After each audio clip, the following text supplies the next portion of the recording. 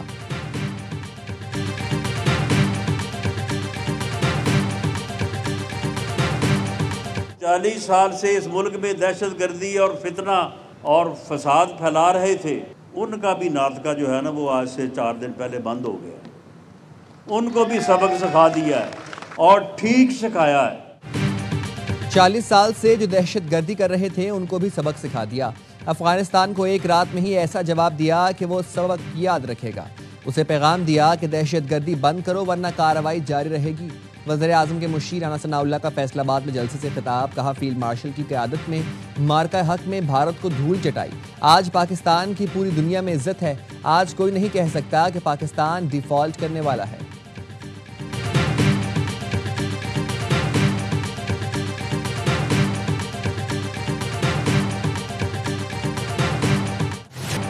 पाकिस्तान मुखालिफ प्रोपेगेंडे से इनकार पर अफगान तालिबान रजीम ने शमशाद न्यूज़ की नशरियात बंद कर दी। ज़राए ने बताया, अफगान तालिबान रजीम ने शमशाद न्यूज़ की टीवी, रेडियो और सोशल मीडिया सर्विसेज एक साथ मुअत्तल कर दी। कौमी टेलीविज़न की नशरियात 3 सूबों कंधार, तखार और बादगैस में मुअत्तल की गई। बंदिश की वजह पाकिस्तान मुखालिफ प्रोपेगेंडा ना करना और अफगान तालिबान रजीम का मौक़िफ़ नशर ना करना है। अफगान जर्नलिस्ट सेंटर का कहना है, मीडिया पर दबाव में तशवीशनाक हद तक इजाफा और आज़ादी इजहार मज़ीद महदूद कर दी गई।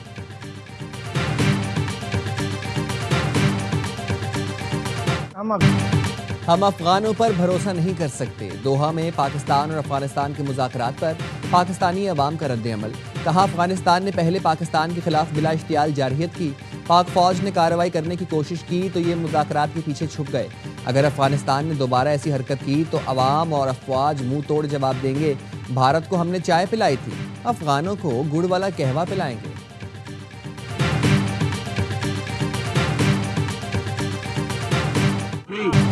पाकिस्तान का पहला हाइपर स्पेक्ट्रल सैटेलाइट मदार में पहुंच गया। सैटेलाइट को चीन से खला में भेजा गया। HS-1 सैटेलाइट मदार में पहुंच गया। तर्जुमान दफ्तर खारजा के मुताबिक सैटेलाइट जदीद हाइपर स्पेक्ट्रल इमेजिंग टेक्नोलॉजी से लैस है। सैलाब, लैंडस्लाइडिंग और दीगर कुदरती आफात की पेशगोई में मदद देगा। ज़मीन के इस्तेमाल, फसलों में पानी और शहरी तरक्की का दुरुस्त तज्जिया मुमकिन होगा।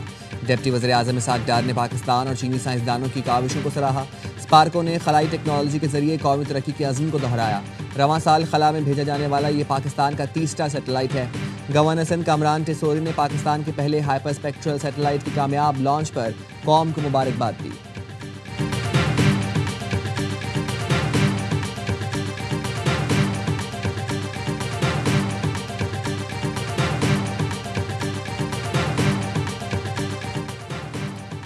गंदम की खरीदारी कीमत 3,500 रुपये फी मन मुकर्रर। गंदम की बैन सूबाई नकलो हरकत पर कोई पाबंदी नहीं होगी। हुकूमत ने गंदम पॉलिसी 2025-26 की मंजूरी दे दी। वज़ीर आज़म की ज़ेरे सदारत गंदम पॉलिसी से मुतालिक आला सतह इजलास। शहबाज शरीफ ने कहा, पॉलिसी का मकसद अवामी मफादात का तहफ़्फ़ुज़ करते हुए किसानों का मुनाफा यकीनी बनाना है। हुकूमत मुस्तहकम ज़खायर और किसानों के तहफ़्फ़ुज़ को यकीनी बनाने के लिए स्ट्रेटेजिक स्टॉक खरीदेगी। इजलास को बताया गया, विफाक और सूबे गंदम की फसल से 6.2 मिलियन टन गंदम ज़खायर हासिल करेंगे। वज़ीर आज़म ने इत्तफ़ाक़ राय पर मबनी पॉलिसी तैयार करने में सूबाई हुकूमतों के ताउन को सराहा।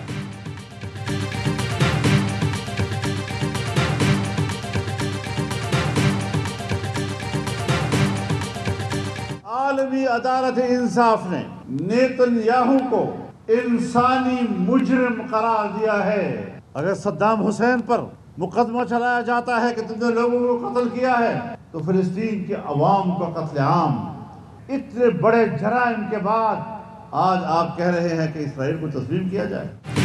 सद्दाम हुसैन पर मुकदमा चल सकता है तो नेतन्याहू पर क्यों नहीं?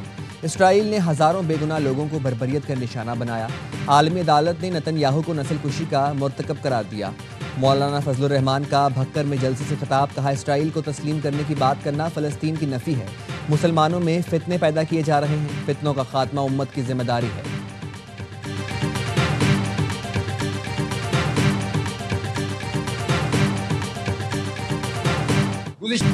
हुकूमती जमातों ने तालीम और नौजवानों के लिए कुछ नहीं किया। 12 साल से खैबर पख्तूनख्वा पर मुसल्लत PTI ने हर शोबा तबाह किया।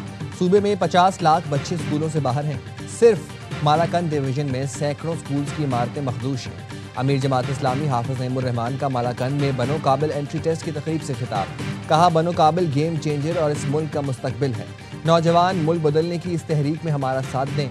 बनो काबिल प्रोग्राम के तहत तालिबात की बड़ी तादाद की एंट्री टेस्ट में शिरकत। शीरखार बच्चे को गोद में लिए एक माँ ने भी टेस्ट दिया।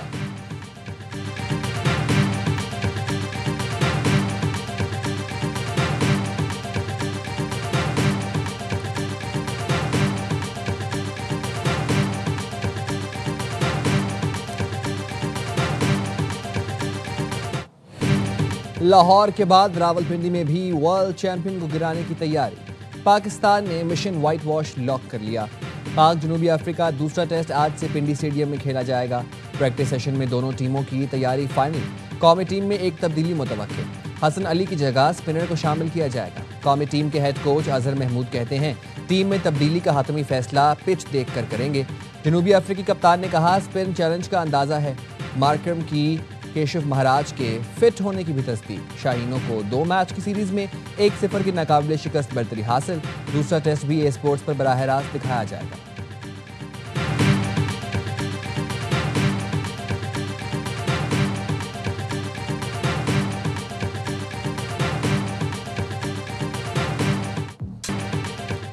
ट्रेनिंग के बाद शॉपिंग टाइम। जनूबी अफ्रीकी क्रिकेट टीम के खिलाड़ियों की इस्लामाबाद में शॉपिंग, अपने और फैमिली के लिए खरीदारी की। मेहमान खिलाड़ियों ने मकामी लोगों से बातचीत भी की।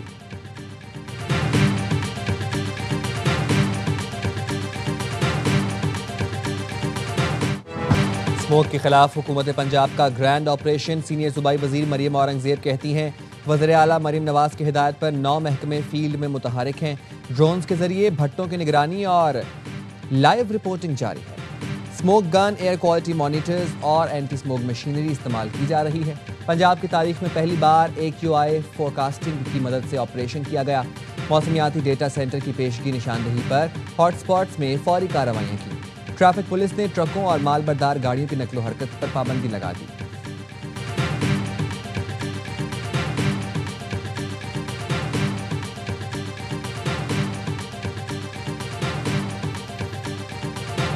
फास्ट फूड और चिकन बिरयानी के शौकीन होशियार। कराची में मुर्दा मुर्गियों का गोश्त सप्लाई करने वाले 2 मुल्जिमान पकड़े गए। 80 किलो नाकिस गोश्त बरामद। मुल्जिमान मुर्दा मुर्गियों का गोश्त होटलों और पकवान सेंटर्स पर सप्लाई करते थे। गुलबर्ग पुलिस की मूसा कॉलोनी रेलवे फाटक के करीब कार्रवाई, मुकदमा दर्ज।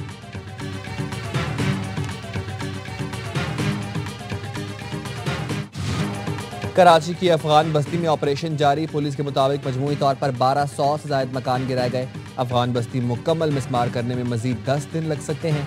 मुमकिन हंगामे के पेश नज़र पुलिस की नफरी अतराफ में मौजूद रही।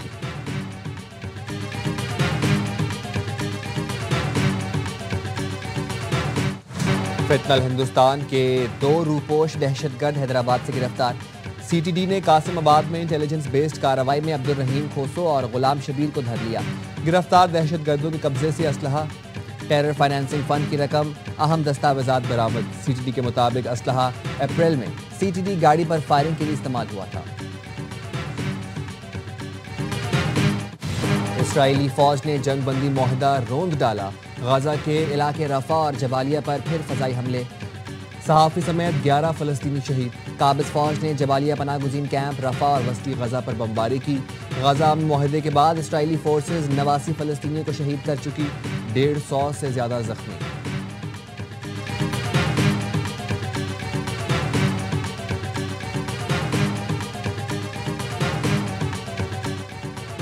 इसराइल का हमास पर जंग बंदी का इल्ज़ाम। इसराइली हुकाम का कहना है हमले हमास की जानिब से जंग बंदी की खिलाफ वर्जी के बाद किए गए। हमास ने हमलों को बिला जवाज करार देते हुए कहा इसराइली जारहियत जंग बंदी पर अमल दरामद में रुकावट बन सकती है। इसराइली बमबारी से इसराइली कैदियों के लिए सर्च ऑपरेशन मुतासर हो सकता है। मजीद एक इसराइली कैदी की लाश मिल गई है। हालात साजगार हुए तो इतवार को लाश इसराइल के हवाले की जाएगी। हमास वफ्द अमन मुआहदे पर मजीद पेशरफ्त के लिए काहिरा पहुँच गया।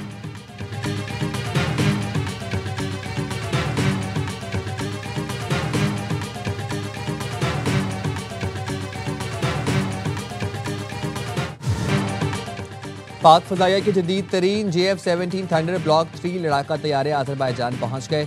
शाहीनों की आज़रबाईजान तक नॉन स्टॉप फ्लाइट दौरान परवाज IL-78 टैंकर से रीफ्यूलिंग की सलाहियत का भी अमली मुजाहरा किया गया। ISPR के मुताबिक पाक फजाइया का दस्ता 2 तरफा तरबियती फ़जाई जंगी मश्क इंडस शील्ड अल्फा में शिरकत करेगा।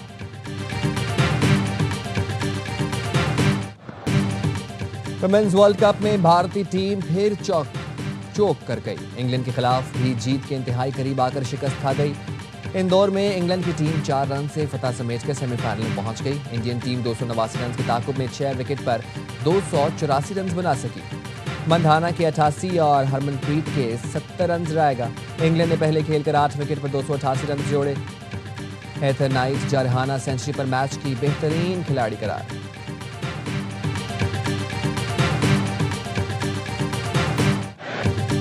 सुपरस्टार फुटबॉलर लियोनेल मेसी की सनसनीखेज हैट्रिक। अपनी टीम को मेजर लीग सॉकर के प्लेऑफ मरहले में पहुंचा दिया। मेसी ने पहले हाफ में एक और दूसरे में 2 गोल दागे। रवां सीजन 29 गोल के साथ टॉप स्कोरर बन गए। इंटर मियामी की टीम नैशविल के खिलाफ 5-2 से कामयाब रही।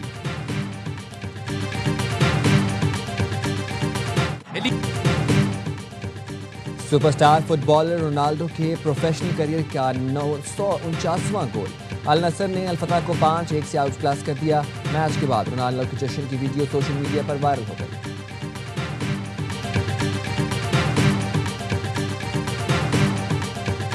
और मुल्क भर में हिंदू बरादरी आज रोशनियों का त्यौहार दिवाली मना रही है। घरों और मंदिरों में चिरागा किया जाएगा। पाकिस्तान की तरक्की और खुशहाली के लिए प्रार्थना की जाएगी। सदर मुमलिकत आसिफ अली जरदारी की हिंदू बरादरी को दिवाली की मुबारकबाद और नेक तमन्नाएं।